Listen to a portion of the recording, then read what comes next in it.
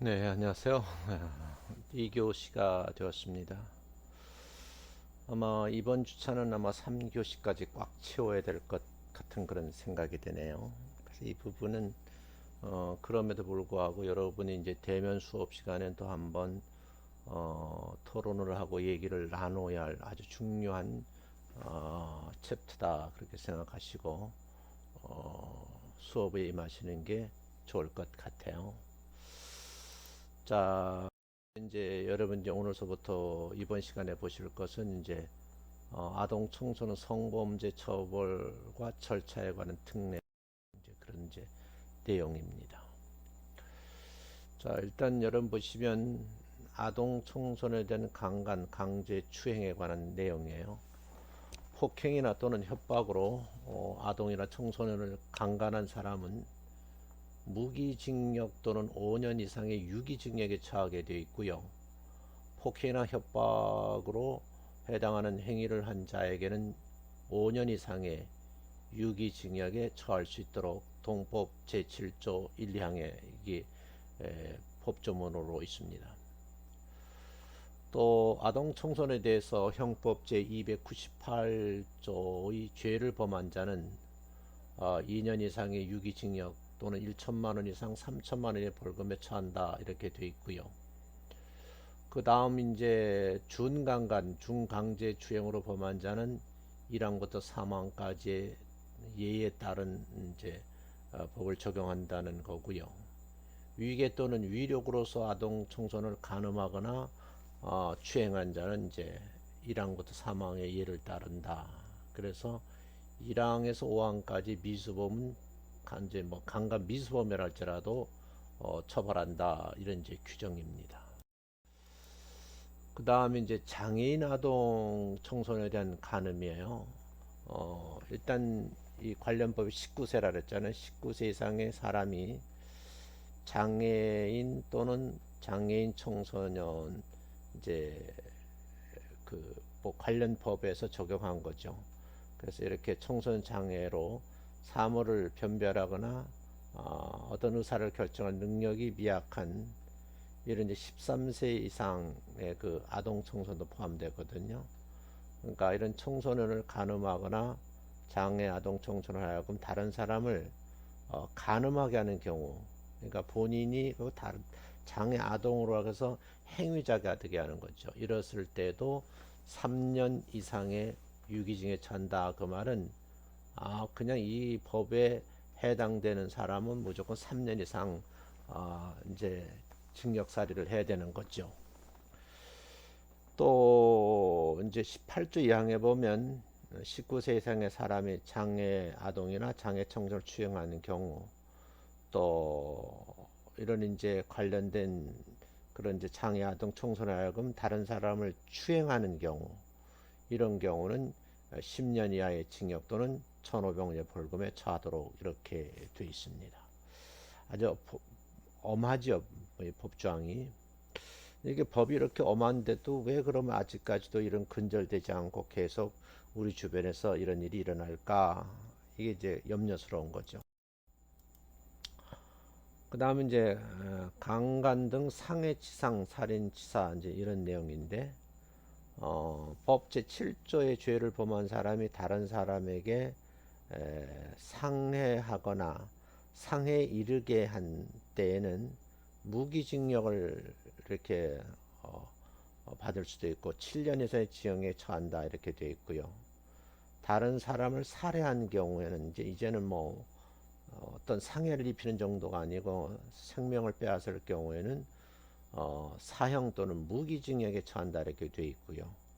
다른 사람을 사망이라는 때는 사형, 무기징역, 또 10년 이상의 징역을 처한다. 사람을 이렇게 생명을 빼앗게 되면 최소한의 10년 이상의 징역살인을 이제 해야 된다. 이제 그런 얘기죠. 그 다음 이제 아동 청소년 이용 음란물 제작을 하고 배포하는 행위에 대해서도 엄격하게 금하고 있습니다. 그래서 아동 청소년 이용 음란물을 제작한다든지 외부로부터 수입을 한다든지 밖으로 수출을 이렇게 하는 자는 무기징역을 받을 수도 있고 5년 이상의 유기징역에 처한다 이렇게 되어 있고요. 영리를 목적으로 아동 청소년용 음란물을 판매, 대여, 배포, 제공을 하거나 이를 목적으로 가지고만 있어도 또 가지고 있는 운반하거나 또 전시를 하거나 상영한 자는 10년 이하의 징역에 처한다 이렇게 되어 있습니다. 아동 청소년용 음란물을 배포 제공하거나 전시 또는 상영한 자는 7년 이하의 징역 또는 5천만 원의 벌금에 처하게 되어 있고요. 아동 청소년용 음란물을 제작할 것이라는 정황을 알면서도 이게 중요하거든요. 알면서도 아동 청소년을 음란물의 제작자에게 알선하는 자, 이런 자들에게도 3년 이상의 징역에 처한다는 것이고요. 또 음란물인 줄 알면서도 이를 소지만 하고 있어도 1년 이하의 징역 또는 2천만 원의 벌금에 처한다. 지금 이렇게 돼 있습니다. 그러니까 이 부분이 아주 상당히 무서운 거예요. 그래서 여러분들이 이 부분은 정말 조심을 해야 된다 하는 말씀을 다시 한번 드릴게요. 뭐 우리 학교에 재학 중인 학생들은 그럴 리는 없지만 지금 N번방 사건만 해도 상당히 그 청소년들도 여기 아주 깊이 관여되어 있고 실제 이 분야에서 주도자가 돼서 역할했던 그런 이제 친구들도 있고요. 공익 근무를 하면서 이렇게 하는 일이 있고 심지어는 그 군인 장교들 중에도 있다 이렇게 언론에 보도되기도 하고요. 이런 걸 음란물을 이제 같이 본 것에 대해서 그 흔적이 남거든요. 이제 인터넷상 흔적이 남으니까 이게 너무 염려돼서 한강에서 투신 자살하는 이제 이런 일도 실제 있었다는 것도 여러분 이제 뉴스를 통해서 보셨을 거예요.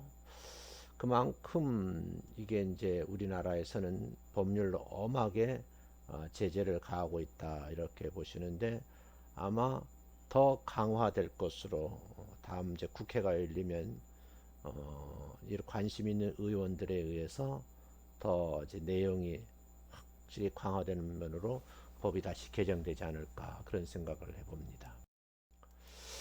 자, 그 다음에 이제 아동 청소년들을 성매매, 매매 행위, 성을 사는 제 행위를 하게 된다. 이제 이런 조항인데 아동 청소년 성을 이제 돈을 주고 사는 행위라든지 이 대상들을 이용해서 음란물을 제작하는 행위의 대상이 될 것을 알면서도 매매하거나 국외로 이송하거나 국외에 있는 거전 아동 청소년을 국내로 이제 이송하는 자는 무기징역 5년에 처한다 이렇게 되어 있어요. 그러니까 우리나라에 있는 이런 아동 청소년들을 매매를 해서도 안 되고 성을 팔고 사서도 안 된다 이렇게 강한 조항이 있습니다. 그 다음 이제 강요행위인데요. 여기는 이제 아래에 있는 네 가지 사항의 어느 하나에만 해당돼도 5년 이상의 이제 유기징역에 처한다. 이게 법 14조 1항인데 폭행이나 협박으로 아동이나 청소년을 하여금 성을 사는 행위의 상대방이 되게 한 자. 이것도 아주 큰 이제 중범죄를 다루고요.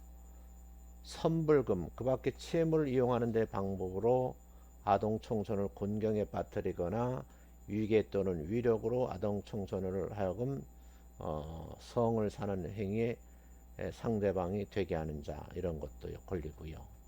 또 업무, 고용이나 그 밖의 관계로 자신의 보호 또는 감독을 받는 것을 이용을 해서 아동 청소년을 하여금 성을 사는 행위의 상대방이 되게 한 자 이것도 걸린다는 거고 영업으로 아동 청소년을 성을 사는 행위의 상대방이 되도록 유인을 하고 권유한 자도 동법 조항에 의해서 이제 처벌을 하겠다 그런 이제 얘기죠.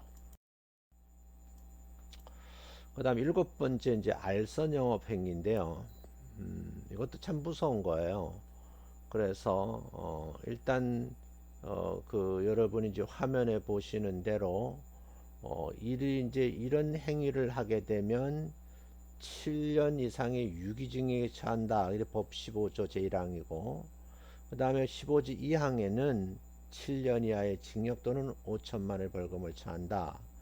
근데 무조건 벌금도 아니고 7년의 유기징역을 처한다는 것은 아동 청소년의 성을 사는 행위와 장소를 제공만 해도 이런 이제 법 이제 처벌이 된다는 거거든요. 그 다음에 아동 청소년의 성을 사는 행위를 알선하거나, 요즘 SN이죠. 정보통신망에서 알선 정보를 제공만 해도 7년 이상의 유기징역. 그 1항 1호 2호의 범죄에 사용되는 사실을 알면서도 자금을 제공한다든지 건물을 제공한 이런 자들에게도 동일하게 다루겠다 그런 거고요. 하여간 개인의 어떤 사적 이익이겠죠. 영업을 통해서 아동 청소를 사는 행위의 장소를 제공한다든지 알선하는 업소에 대해서는 또 처벌한다는 것이고, 이런 사람들을 고용하도록 한 자에게도 동일한 이제 법을 적용한다. 그러니까 7년 이상 유기징역이죠. 그 다음에 이제 영업이란 말을 쓰고 있는데, 영업으로 아동 청소년 성을 사는 행위를 하도록 유인한다든지 권유한다든지 강요한 자에게 7년의 징역 5천만 원 이하의 벌금. 그다음에 이런 성을 사는 행위의 장소를 제공한 자라든지, 또 성을 사는 행위를 알선하거나 정보통신망 알선 정보를 올리거나, 이렇게 되면 결국은 뭐겠어요? 7년 이하의 징역 또는 5천만 원 벌금에 처한다 그러는 거거든요. 그리고 15조 3항에 보면요, 아동의 청소년 성을 사는 행위를 하도록 유인하는 경우, 권유를 하는데 강요된 자에게는 이제 5년 이하의 징역 3천만 원 벌금을 처하도록 이렇게 사망은 규정을 하고 있습니다. 그 다음에 이제 온라인 서비스 제공자의 의무에 관한 조항인데, 여기에서는 자신이 관리하는 정보통신망에서 아동, 청소년 이동 음란물을 발견하기 위해서 대통령령으로 정하는 조치를 취하지 아니하거나, 발견된 아동, 청소년 이용 음란물을 즉시 삭제하고 전송을 방지 또는 중단하는 기술적인 조치를 취하지 아니한 온라인 서비스 제공자는 3년 이하의 징역 또는 2천만 원 이하의 벌금에 처한다 이렇게 되어 있어요. 이것도 참 이제 엄한 거거든요. 그러니까 이 법 17조 1항도 이제 굉장히 중요하다 이제 이렇게 보시면 될 것 같아요. 근데 이렇게 이제 법이 엄함에도 불구하고 결국은 뭐겠어요? 이런 이제 못된 행위를 하는 사람들이 있다는 것이 매우 안타깝다 그런 생각을 좀 하는 거예요. 이런 것이 좀 근절됐으면 참 좋겠다. 이제 그런 생각을 저도 함께 해보는 거죠. 자, 그 다음 신고 의무자의 성범죄는 가중처벌되는 특례인데, 34조 2항 각호에 보면요, 기관, 시설 또는 단체장과 그 종사자가 자기의 보호, 감독 또는 진료를 받는 아동 청소년을 대상으로 해서 성범죄를 범하는 경우는 그 죄에 정한 형의 2분의 1까지 감형을 한다는, 가중처벌한다는 거죠. 그건 무슨 얘기겠어요? 예를 들어서 7년 이상의 징역에 유기징역을 처한다. 그랬을 때 뭐겠어요? 이 가중처벌을 하니까 정한형의 2분의 1이니까 3.5년을 추가해서 10년 이제 10.6년이죠. 10.6년 정도 이상을 이제 형을 살게 한다. 이제 그런 얘기죠. 또 아동 청소년 성범죄의 공시시효에 대해서 형사소송법 제252조 1항에도 불구하고 해당 성범죄로 피해를 당한 아동 청소년이 성년에 달한 날부터 진행한다라고는 규정이 있고요. 7조의 죄는 DNA, DNA 증거 등 그 죄를 증명할 수 있는 과학적 증거가 있는 때에는 이 공시시효가 10년 연장된다는 거예요. 그래서 이 범죄를 저질러 놓고 마지막 순간에 잡혔는데 공소시효가 지난 거예요. 처벌할 수가 없는 거죠. 그래서 이게 너무너무 안타깝고 사회 문제가 되니까 이거를 이제 사회 구성원들 이제 국회에서 공소시효를 10년으로 연장을 하는 이제 이런 이제 법이 통과돼서 가중처벌을 하고 연장한다 그런 얘기죠. 그런가 하면 동법 20조 3항에 보면요.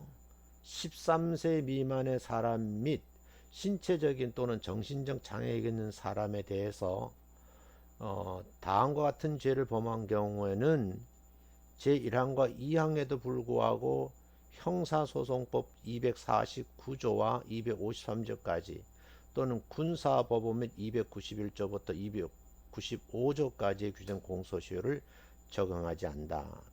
하여간 아주 너무 어린 아이, 미성년자죠. 미성년자들에게 못된 짓을 하게 되면 공소시효가 없다는 거예요. 그러니까 이게 아주 강하게 처벌하겠다. 이제 그런 얘기죠. 그 다음에 이제 형벌과 수강명령 등의 이제 병과에 대해인데 법원은요, 아동 청소년 대상 성범죄를 범한 소년법 제2조 소년에 대해서 형의 선고를 유예하는 경우는 반드시 보호 관찰을 명해야 된다라고 되어 있거든요.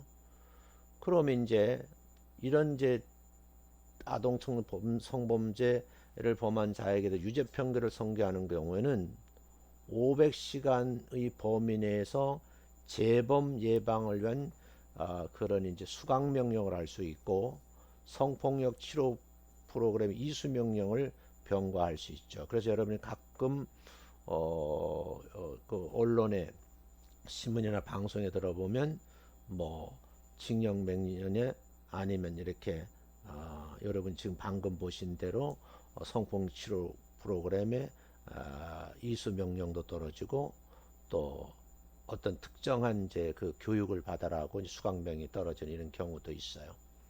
그래서 법무부 장관은요, 수강 명령 또는 이수 명령을 선고받아 그 집행을 마친 사람에 대해서는 그 효과를 평가하기 위해서 아동 청소년들 성범죄 재범 여부를 조사할 수가 있고, 재범 여부의 조사를 위해서 수강명 이수 명령의 집행을 마친 때부터 5년 동안 관계기관의 장에게 그 사람에 관한 범죄 경력 자료 및 수사 경력 자료를 요청할 수도 이렇게 돼 있습니다. 그러니까 평생 이제 꼬리를 달고 산다 이렇게 보시면 될 것 같아요.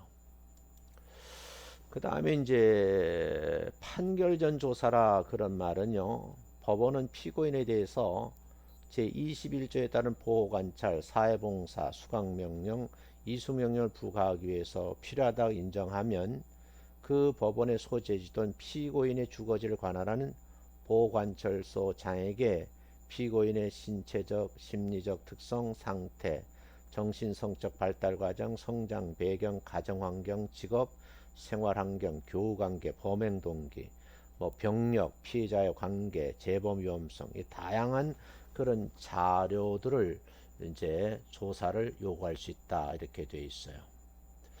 그런가 하면 이제 아동 청소 성범죄 사건을 수사하는 검사는요, 그 사건의 가해자가 피해 아동 청소년 친권이나 후견인의 경우는 법원에서 민법 제 924조의 친권 상실 선고를 할 수도 있고요. 또 같은 법 940조에 의해서 후견인 변경 결정을 청구해야 된다 하는 건데 결국은 친권이 상실되는 거죠. 13번째인데 피해 아동 청소년의 보호 조치를 어떻게 할 것인가. 법원은요, 아동 청소년 대상 성범죄 사건의 가해자에게 민법 924조에 따른 친권 상실 선고를 하는 경우에는 이 피해를 본 아동 청소년을 돌봐줘야 되잖아요. 그러니까 다른 친권자, 친족에게 인도하거나 또 제45조, 제46조의 기관이나 시설, 단체 인도하는 등 보호 조치를 결정할 수 있다는 거죠. 근데 가장 이제 가슴 아픈 사건들을 이렇게 보면 친부모로부터 성적 학대, 성폭력을 당하는 분들이 있어요. 그런 분들이 이제 친권이 상실되면 이제 이런 이제 다른 친권자, 친족이나 아니면 이제 다른 기관, 시설, 단체에 인도돼서 성인이 되도록 이제 보호 조치를 받고 이제 이래서 도움을 받는 거죠. 그 다음에 이제 수사 및 재판 절차에 대한 건데, 수사기관과 법원은 소송 관계인 아동, 청소년 대상 성범죄를 당한 피해자의 나이라든지 심리 상태, 휴유 장애의 유무를 신중하게 고려를 해서 조사를 해야 한다는 거죠. 그러니까 심리나 또는 재판 과정에서 피해를 당했음에도 불구하고 인격적인 그런 살인을 당하는, 모욕을 당하고 명예가 손상되고 이런 일이 일어날 수도 있거든요. 그래서 사적인 비밀이 침해되지 않도록 이제 관련 공무원들이죠. 좀 주의를 해야 된다 그런 말이죠. 제2의 피해를 또 받을 수가 있어요.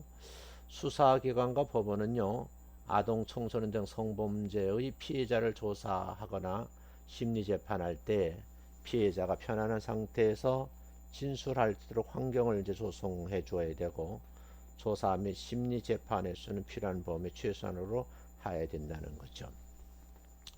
그래서 여러분들이 이제 이 아동 청소년 성범죄에 대해서 우리가 이렇게 배우지만 실제 성인 세계에서도 참 우리가 낯뜨거운 일, 정말 듣기가 거북스러운 이런 일들이 이제 재판 과정에서 드러나고 또 그거 이제 지면을 통해서 밝혀지고 그러잖아요.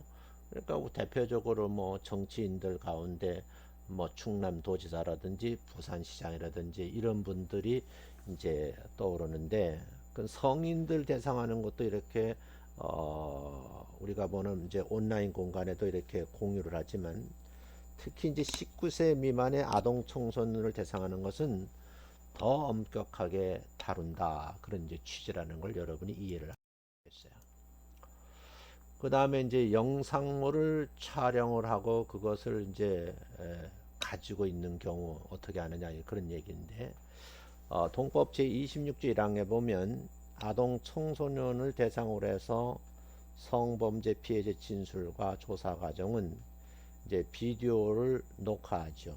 그래서 영상물을 녹화 장치로 촬영해서 보존을 하는데, 문제는 영상물 녹화는 피해자 또는 법정 대리인이 이를 원치 아니하는 경우가 있죠. 이런 때는 촬영을 해서는 안 된다는 거죠.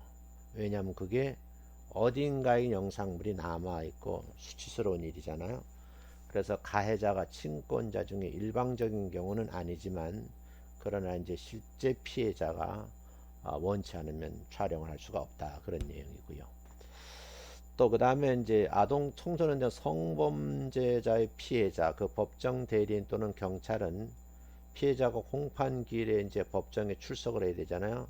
그래서 증언하는 것에 대해서 정말 곤란한 사정이 있을 때는 그 사유를 소명을 하고 촬영된 영상물 그 밖에 다른 증거물을 이제 대해서 해당 성범죄를 수사하는 검사에게 증거 보전 청구를 할 것을 요청할 수도 있다 이런 거죠.